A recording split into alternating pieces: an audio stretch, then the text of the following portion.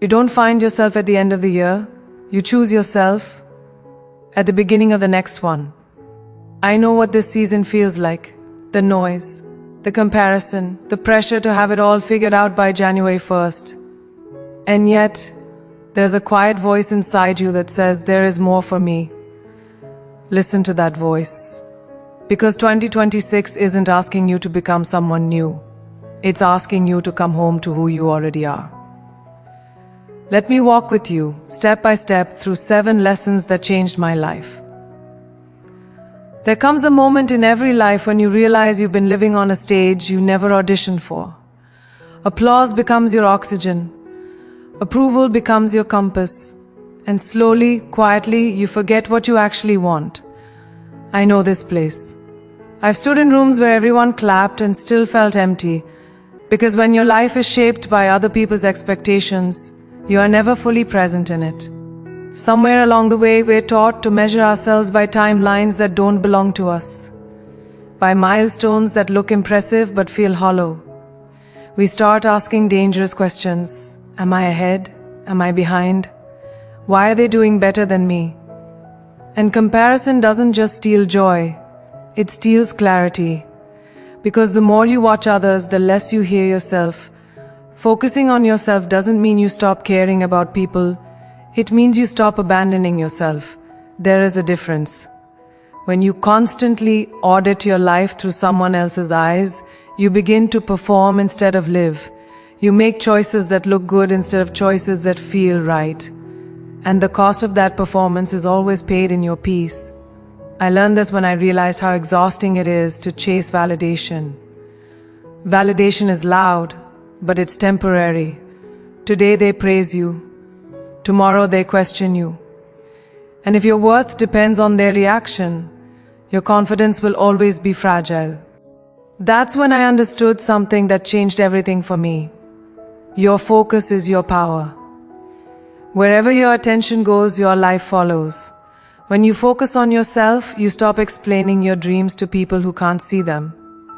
You stop shrinking to fit into rooms that were never meant to hold you. You stop negotiating with doubt every time you want to grow. You begin to move quietly, intentionally, with purpose. And that kind of focus doesn't announce itself. It builds. It strengthens. It protects.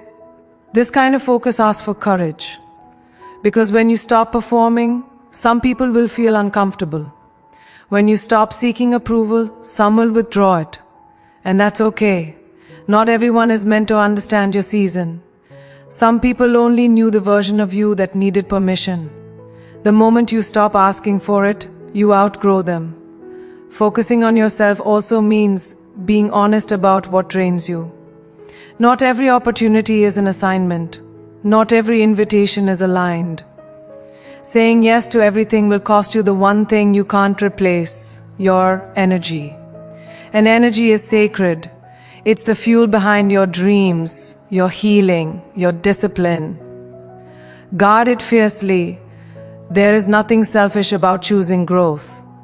There is nothing arrogant about knowing your worth.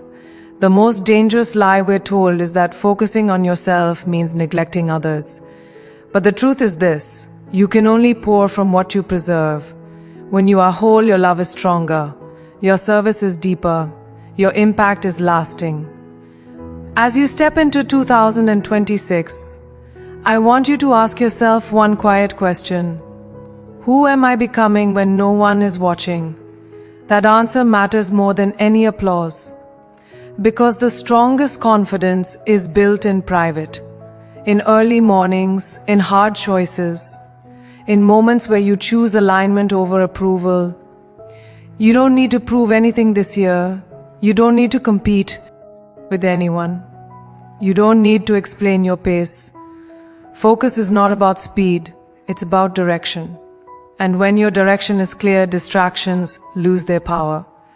So focus on your healing, focus on your discipline, focus on the life that feels true to you, not impressive to others. Because the moment you stop watching everyone else's lane, your own road opens up. And that is where real growth begins.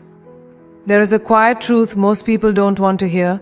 Motivation will not carry you into your future. It visits you, it excites you, and then it leaves. What stays, what builds a life is discipline. Not the loud, aggressive kind, but the soft, faithful kind. The kind that shows up even when no one is watching. Especially then, I learned early that waiting to feel ready is a luxury dreams can't afford. There were days I didn't feel confident, days I didn't feel inspired, for days I questioned my own place in the room. But discipline didn't ask me how I felt. It asked me who I wanted to become. And every time I chose to show up anyway, something powerful happened. I earned my own respect. Discipline is not punishment, it is devotion. It is saying, I matter enough to keep my word to myself. Every small promise you keep becomes a brick in the foundation of your confidence. And every promise you break quietly teaches your mind not to trust you. That's why discipline changes you from the inside out. It rewires how you see yourself. People often think confidence comes before action. It doesn't. Confidence is a result. It is born from repetition, from consistency, from doing the work long before you see results. Discipline is how you prove to yourself that you are reliable. And when you trust yourself, fear loses its grip. There were seasons in my life when the outcome was uncertain, no guarantees, no applause, just effort. Those were the seasons that shaped me the most, because discipline taught me to separate my worth from my results. I learned to measure success not by how fast things happened, but by how faithfully I showed up. In 2026, you don't need dramatic transformation. You need daily integrity. You need to do the small things even when they feel insignificant. Drink the water, make the call, practice the skill, rest when needed, push when required. Discipline is not about doing everything, it's about doing the right things consistently. And here's the beautiful part. Discipline creates freedom. When your habits are strong, your emotions don't control you. When your routines are intentional, chaos doesn't shake you. You stop negotiating with procrastination. You stop waiting for the perfect mood. You move with purpose, calm, grounded, unshaken. This kind of discipline also teaches humility, because it reminds you that success is built, not granted, that greatness is practiced in ordinary moments, that no matter how far you go, you are always a student of your craft, your faith, your life. And that humility keeps you hungry, not entitled. There will be days in 2026 when no one claps for your effort, days when progress feels invisible. That's where discipline matters most. Because discipline doesn't need witnesses, it only needs commitment. And the work you do in silence will one day speak louder than anything you could say. Be patient with yourself, but never casual. Be kind, but stay accountable. Discipline doesn't mean you're hard on yourself. It means you care too much about your future to abandon it for comfort. It means you respect your calling enough to prepare for it. So when motivation fades, and it will, let discipline carry you. Let it be your anchor on unstable days, your compass when emotions cloud direction, your reminder that every step, no matter how small, is shaping the person you're becoming. Because when you master discipline, you don't just change your habits, you change your identity. There is a strange comfort in familiarity, even when it limits us. We stay in rooms we've outgrown because they know our name. We stay in patterns that no longer serve us because they feel predictable. Growth, on the other hand, is unfamiliar. It asks you to step into uncertainty without assurance. And that is why so many people confuse comfort with safety. I've learned that every meaningful transformation in my life required a goodbye. Not always to people, but to versions of myself that could no longer carry me forward. And those goodbyes were never easy. They came with guilt, with fear, with questions that had no immediate answers. But what I understood eventually is this: Staying loyal to what you've outgrown is a betrayal of what you're meant to become. There comes a moment when your soul begins to feel restless. What once inspired you now feels heavy. What once fit now feels tight. That restlessness is not confusion, it is information. It is life telling you that expansion is necessary. And when you ignore it, you don't stay still. You slowly shrink. Leaving familiar rooms doesn't mean you stop appreciating what they gave you. Gratitude and growth can coexist. You can honor the past without living in it. Some seasons teach you strength, some teach you patience, and some teach you when it's time to walk away with grace. Fear always shows up at the door of growth. Always. If you're not scared, you're probably not evolving. I've had moments where my hands were shaking while my heart was steady. Moments where logic couldn't guarantee success, but intuition wouldn't let me stay. That's when I learned the difference between reckless change and courageous change. Courage listens to fear, but doesn't obey it. In 2026, you will be asked to choose between comfort and alignment. Comfort says, stay. It's easier. Alignment says, go. It's right.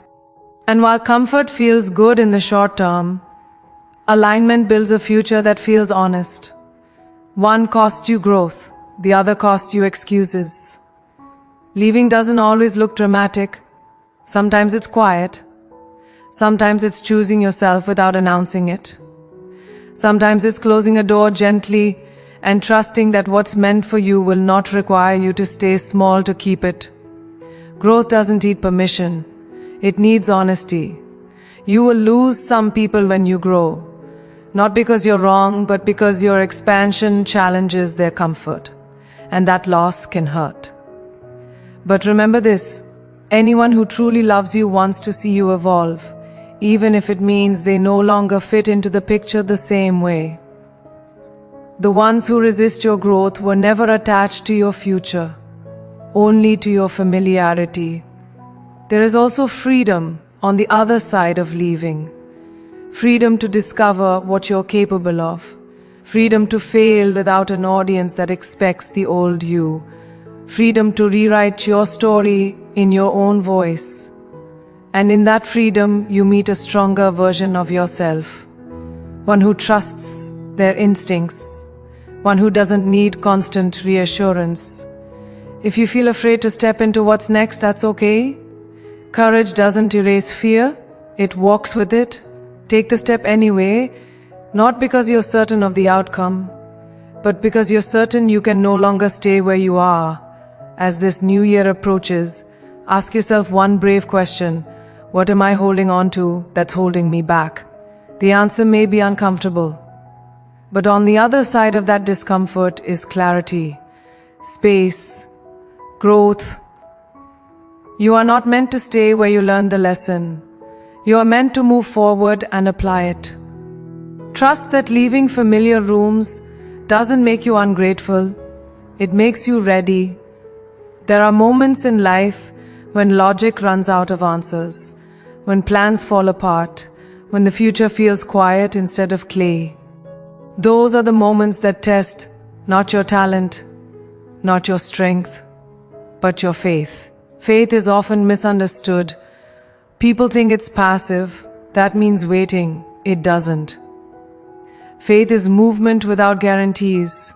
It is choosing to walk even when the road hasn't fully revealed itself. I have stood in seasons when nothing made sense on paper, where the numbers didn't add up, where the timing felt wrong, where doubt whispered, "This is too big for you."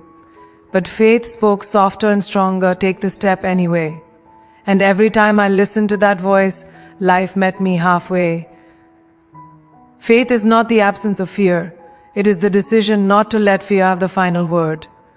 It is waking up and saying, I don't see the whole picture, but I trust the direction. That trust doesn't come from confidence in outcomes. It comes from confidence in purpose. From knowing that if something is placed in your heart, you are not meant to abandon it at the first sign of uncertainty. We often wait for clarity before we act. But clarity is a reward for courage. It shows up after movement, not before. The path reveals itself as you walk it. That is how growth works. That is how faith works. You don't need the full map, you need the next step. In 2026, there will be moments when you feel unqualified. Moments when you wonder if you're ready. Those moments are not signs to stop. They are invitations to trust deeper. Faith asks you to believe in who you are becoming, not just who you've been. It asks you to hold on to hope even when evidence is limited. I've learned that faith grows strongest in uncertainty. When everything is guaranteed, faith is comfortable. When nothing is guaranteed, faith becomes courageous. And courage shapes character. It stretches you. It humbles you. It reminds you that you are not walking alone, even when it feels that way. There is also humility in faith. It teaches you to release control. To understand that not everything is meant to happen on your timeline, that delays are not denials, that preparation often happens in silence. Faith teaches patience, not the passive kind, but the active kind, the kind that keeps showing up, keeps doing the work, keeps believing even when results are delayed. When you act in faith, you stop asking, what if it doesn't work, and start asking, what if it does? You stop letting fear narrate your future. You let purpose do it instead. And purpose always speaks in possibility. You will stumble. You will question yourself. That doesn't mean your faith is weak. It means you're human. Faith is not perfection. It's persistence. It's choosing belief again and again, even on the days you feel tired of believing. As this year turns, I want you to remember this. You don't need proof to begin. You need trust. Trust that your effort matters. Trust that your prayers are heard. Trust that your obedience to what feels right will lead you where you need to be. Move before you're ready. Speak before you're certain. Try before you're confident. Faith will meet you there.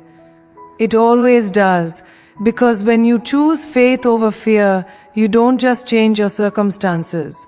You change your capacity. There comes a time when you realize that exhaustion is not always the result of doing too much.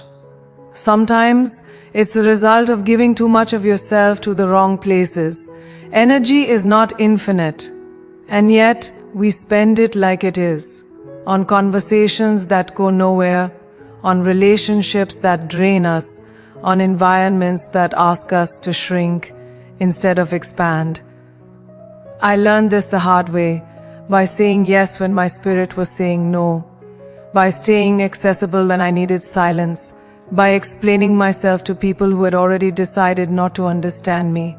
And slowly, I felt it, burnout disguised as kindness, fatigue dressed up as loyalty. Protecting your energy is not about becoming cold, it's about becoming conscious. It's about knowing that every time you give your attention, you are giving a piece of your life, and not everything deserves that exchange. Boundaries are not walls, they are doors with locks. You choose who enters. In 2026, your peace will matter more than your popularity. Your clarity will matter more than your availability. You don't need to attend very argument you're invited to. You don't need to carry emotional weights that were never yours. Some things are not your responsibility to fix, explain, or absorb. I've learned that the most powerful word you can say is no, without guilt, without apology. No is not rejection. No is redirection. It is choosing what aligns with your purpose over what pleases people. And every time you honor that alignment, you strengthen your self-respect. There is a difference between being generous and being depleted. True generosity flows from fullness. When you're constantly drained, even your love becomes tired. Protecting your energy allows you to give from a place of strength, not survival. It allows you to show up present, not resentful. Pay attention to how people make you feel. Not what they say, but how you feel after you leave their presence. Do you feel lighter or heavier, inspired or diminished? Your body often knows before your mind does. Listen to it. Energy never lies. Silence is also a form of protection. You don't need to announce every move. Not everyone deserves a front row seat to your becoming. Some seasons require privacy, so your growth can take root without interference. Move quietly. Let results speak. When you protect your energy, you also protect your dreams. Because dreams need space. They need rest. They need belief. And constant noise suffocates them. Choose environments that nourish your ambition, not question it. Choose people who celebrate your growth, not compete with it. This doesn't mean you'll never feel tired. Growth is demanding. Healing is demanding.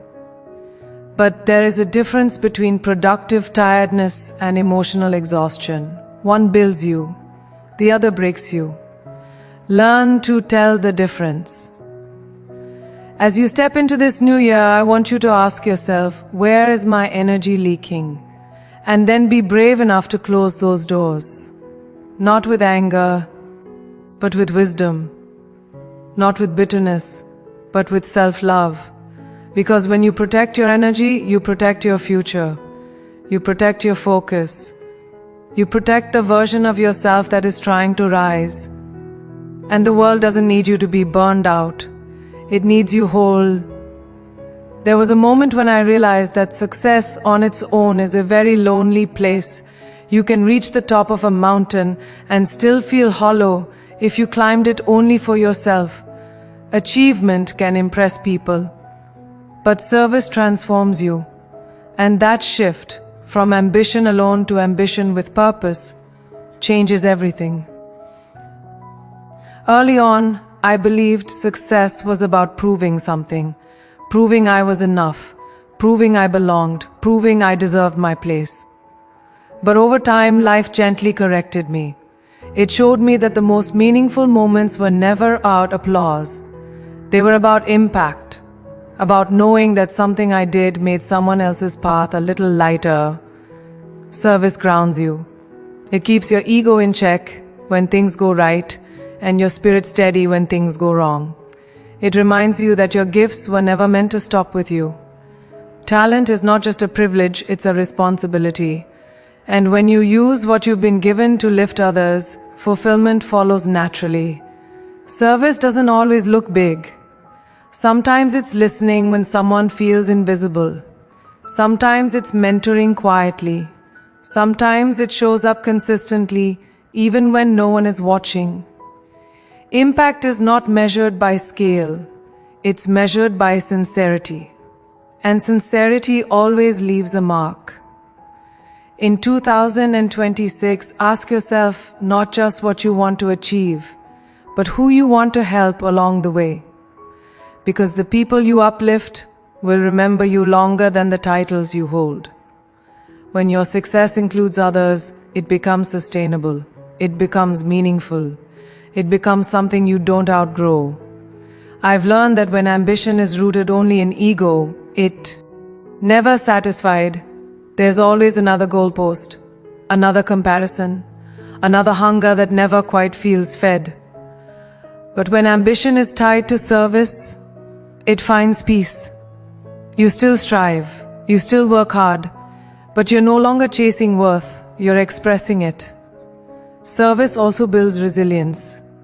When your purpose is bigger than you, setbacks don't break you as easily. You understand that your journey isn't just about personal wins. It's about contribution. And contribution gives pain a context. It turns struggle into preparation. There is a quiet confidence that comes from knowing you matter beyond your own life. That what you do ripples outward, that even on days when you feel unsure, your presence still has value. Service reminds you that you are part of something larger, and that realization is deeply stabilizing. This doesn't mean self-sacrifice without boundaries. It means conscious contribution. You don't empty yourself to serve others, you serve from overflow, from health, from clarity, from strength. And that balance is what keeps you grounded, not drained. As you move forward, remember this: success will open doors for you. Service will tell you which ones to walk through. Let your growth be generous. Let your achievements be useful. Let your influence be kind. Because at the end of the day, the most powerful legacy is not what you accumulated. It's who you helped become stronger. As you stand at the edge of a new year, remember this: your life is not an accident. The dreams placed in your heart were not random. They were entrusted to you for a reason. And the same power that planted those dreams will give you the strength to walk them out. You don't need to have it all figured out. You only need the courage to take the next honest step. Trust that what is meant for you will meet you when you move in faith, not when you wait, not when you doubt, but when you act. There will be moments when the path feels slow, when the results are quiet, when no one notices your effort. Keep going. Seeds grow in silence before they rise into the light. What you are building is bigger than this moment. Choose discipline over distraction, faith over fear, purpose over applause. And when the world tries to rush you, remind yourself that divine timing is never late. Walk into 2026 with your head held high and your heart anchored in belief. Protect your peace, honor your calling, serve with humility, and never forget, you were never meant to fit in. You were meant to rise. Don't just dream, wake up, and become the answer to your own prayers.